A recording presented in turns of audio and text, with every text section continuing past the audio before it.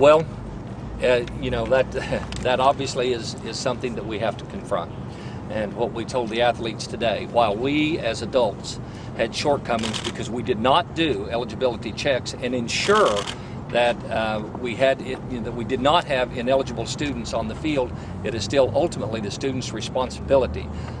We just walked out of a meeting with the faculty where we talked about ensuring that academics come first and that the kids will need to understand, and I truly believe they need to understand the importance of the academics, that the emphasis that will be there tomorrow, that we'll be able to move forward with the students' understanding. You have to make your academics in order to participate. You mentioned student responsibility. You're telling me these teachers didn't know these students were academically ineligible and were playing anyway, and they did nothing? We had, no, that's not the case. We did not have teachers who were not reporting this. We, in fact, did have people who were reporting that there were difficulties with student grades, and that's where the adults did not step up and did not take care of their obligation in turning that in.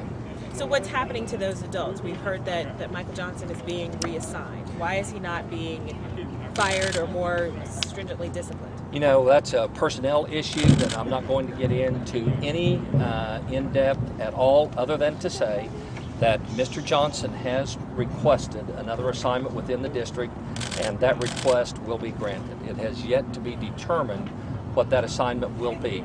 Other people, we have already talked about what the consequences for those other persons are, and I believe that we need to address those. We need to do what we believe is in the best interest as district administrators, and then prepare to move forward. Anything to say to the districts that these teams played who now have to forfeit games and championships? I mean, it really kind of goes far beyond Tulsa Public Schools. Well, I think that speaks for itself. What I would say to any other districts is we intend to play by the rules. We apologize for any, for anything that happened to any school district that we might have played, and we realize that there is harm that is done to those who have chosen to play by the rules, and we are very intent on playing by the rules. Dr. Ballard, saw some of the other information as far as who's replacing whom, but who is taking over the reins of the football program? Wade Weller has taken over as the head football coach until the end of the season, and will assume the out-of-season responsibilities. He's a coordinator? Or? Yes, he was a coordinator. He was already on staff, and he is the one who has responsibility for the football team. Speaking of leadership, I'm sure students and parents are wondering if there's going to be a leadership vacuum here at Booker T. Washington High School with the head principal being reassigned. I think an assistant principal was also reassigned. The athletic coordinator is not on duty. The head football coach is not on duty. Today, we began naming people to those positions. It is imperative that we get the right people in the right position so that we can move forward. We have named co-athletic directors. We have named former Booker T. Washington basketball coach and athletic director Mike Mims to the assistant principal's position. Oversight with extracurricular activities and athletics. Mike is going to be great in that role. It is my intention to name an interim principal within the week, perhaps with even 2 or 3 days. Then we will begin a search for who will be the principal next year, and we'll undergo a collaborative search for that person. We do need the leadership in place. The assistant principal, one of the assistant principals at Booker T, has requested an assignment and has been granted that assignment. Additionally, knowing that we need someone here every day in a building full of kids, we ask former Booker T. Washington principal James Furch to come here on a day-to-day basis. He's doing a great job at McLean, by the way, and he came over today and he will be here tomorrow. Keep in mind that we have a fabulous teaching staff at Booker T. Washington. We just need to get the right people in place to continue to lead and to guide that great staff, and within a week we anticipate that it will be a smooth process at Booker T. Washington High School. Is this still the... anticipate implementing any kind of new oversight measures to ensure that this doesn't happen again in the future or at any other... Excellent question, and the answer is absolutely. We do intend to implement stronger procedures from the district level with training, and we're requiring anyone who has to deal with oversight in this area to receive training. But again, we believe rules that were not followed, that people should have understood those anyway. But we will ensure that we do all we possibly can to ensure that those rules are followed.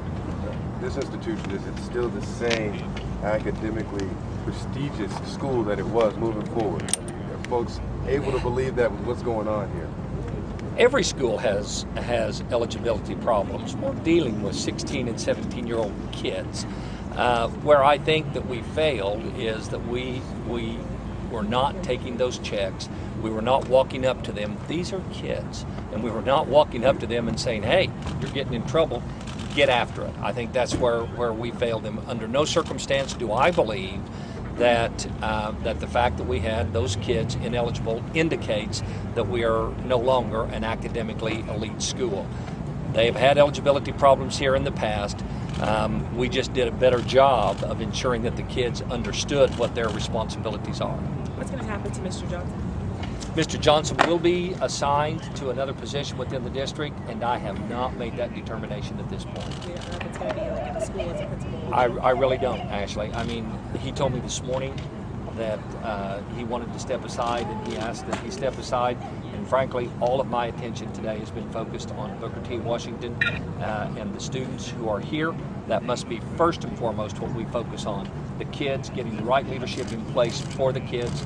I will turn my attention to another assignment for Mr. Johnson. He informed me this morning that he would like to take some vacation time.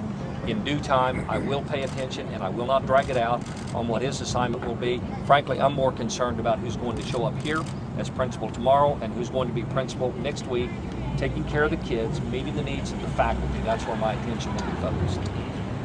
It seems like in these situations, it's the kids that lose out. It's the kids that miss games. It's the kids that are going to lose their principal for something that they didn't do. Many of them didn't. I started this press conference by saying that what grieved me the most about all of this is that the kids had to pay the price. And I will state that again. That is the kids who have had to suffer this. It's the kids who we need to be thinking about, because these kids have worked hard to put themselves in the position that they're in. And not to be able to continue to showcase their abilities really is a tragedy. And we will try and rebuild in the best interest of the kids, and that's where our focus is right now. Lately, since the last talk, have you found out any more on why these grade checks weren't done? But looking at what was released today, 6 or 7 starters on the football team, I'm getting the impression that people were kind of looking away so these kids could continue to try and compete for state title. We did not pay attention to something so basic as taking eligibility checks. It was people who were in a position to carry out that responsibility that did not carry out that responsibility. That's all I can say about it. It just clearly did not do it. In the previous report, there was a comment made about the electronic power up or whatever it's called program that wasn't Power School that wasn't working properly. Have we checked that that's working properly? Was it working properly at the other schools? And did other schools do these eligibility checks? Yes, we have checked, and the other 8 schools were doing the eligibility check. Yes, Power School is working just fine to do eligibility checks. You don't have the technology to do it.